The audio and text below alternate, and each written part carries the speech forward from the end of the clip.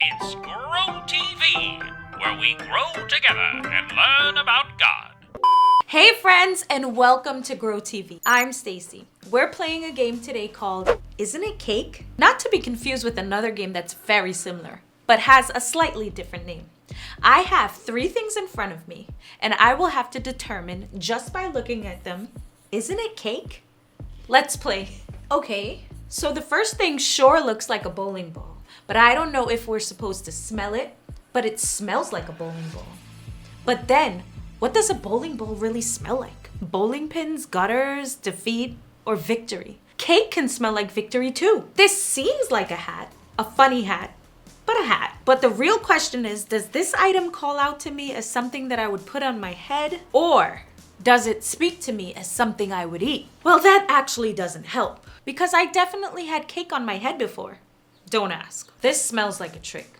I mean, yes, it looks like cake. It smells like cake. It even sounds like cake. What sound does cake make? I'm glad you asked. It's a low humming noise, like probably each sugar granule yelling to be consumed. Listen. Listen. That's just you. What? No, it's not. It's the sugar in the cake. It's speaking to me. I can hear you, cake. Okay, I'm ready. Ready for what? The culmination of our game. Isn't it cake? Oh, that's like the other game. No idea what you're talking about. Wait. You're playing this oddly familiar cake game. And these are your 3 options? I know. It's hard, right? But this last one is speaking to me. Isn't it cake? Why, yes, it is. Obviously. Shh. Reveal time.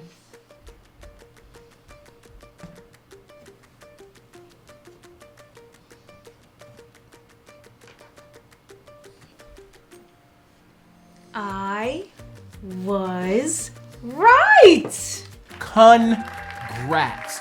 Wow. You found the cake disguised as a cake.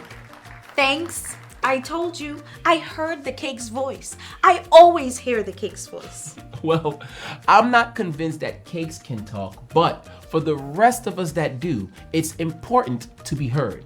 You know, there's actually a story about that from the life of Elijah in 1 Kings. Elijah spoke cake too? No, Stacy. I don't think anyone else speaks cake besides you. Elijah spoke to God, and it was very important for God to hear him. The story is from 1 Kings chapter 18. It was a time when King Ahab ruled over the land, but he did not follow God. Instead, he chose to follow a fake god called Baal. Because of this, God sent Elijah to give Ahab a message. A king that followed fake gods? I think I can guess what his message would be. It was time to let the people know who God was. So Elijah challenged the prophets of Baal to a contest in front of all the people in the land. They met at a place called Mount Carmel. Elijah wanted the people to choose between God and Baal once and for all. Okay, so 2 things. 1, Carmel is delicious on or in cake. 2, a showdown. I love it. Elijah announced the contest rules. They were to put out wood, but they would not set it on fire. Elijah told the followers of Baal to pray to their God. Elijah said that he would pray to his God. Then they would sit and see which pile of wood caught on fire. Whoever could send down fire from heaven is the real God. The prophets of Baal agreed. Challenge extended? Challenge accepted. Let's go. So the prophets of Baal placed their wood on a pile. They prayed to Baal all morning, but no one answered. They shouted even louder until nighttime, but still no one answered. In 1 Kings 18:27, it says, at noon, Elijah began to taunt them. Shout louder, he said. Surely he is a god. Perhaps he is deep in thought, or busy, or traveling. Maybe he's sleeping and must be awakened. A little trash talk? Okay, Elijah. So did they actually get louder? They actually did, but nothing happened. Then Elijah prayed to God. He wanted all the people to know that God is the real God. He wanted everyone to believe in God again. Elijah even had water poured all over the altar so that no one would think that Elijah was playing a trick on them. When the fire came down, everyone would know it was God. Bold move. I like it. Then Elijah asked God to hear him and answer him with fire.